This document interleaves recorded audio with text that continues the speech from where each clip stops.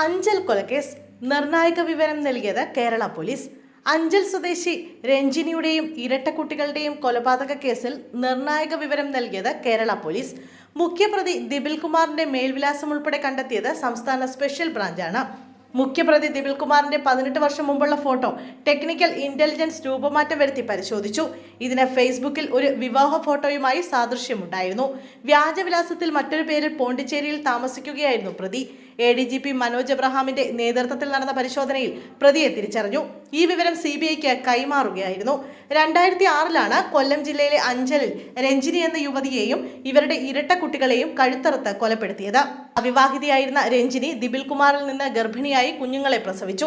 എന്നാൽ പിതൃത്വം ഏറ്റെടുക്കാൻ ഇയാൾ തയ്യാറായില്ല. ഇതോടെ രഞ്ജിനിയും കുടുംബവും നിയമവഴി തേടി. സൈന്യത്തിൽ നിന്ന് അവധിയെടുത്ത് നാട്ടിലെത്തിയ ദിപിൽ കുമാറും രാജേഷും രഞ്ജിനി താമസിച്ചിരുന്ന വാടക വീട്ടിലെത്തി അതിക്രൂരമായി മൂവരെയും കഴുത്തറുത്ത് കൊലപ്പെടുത്തുകയായിരുന്നു.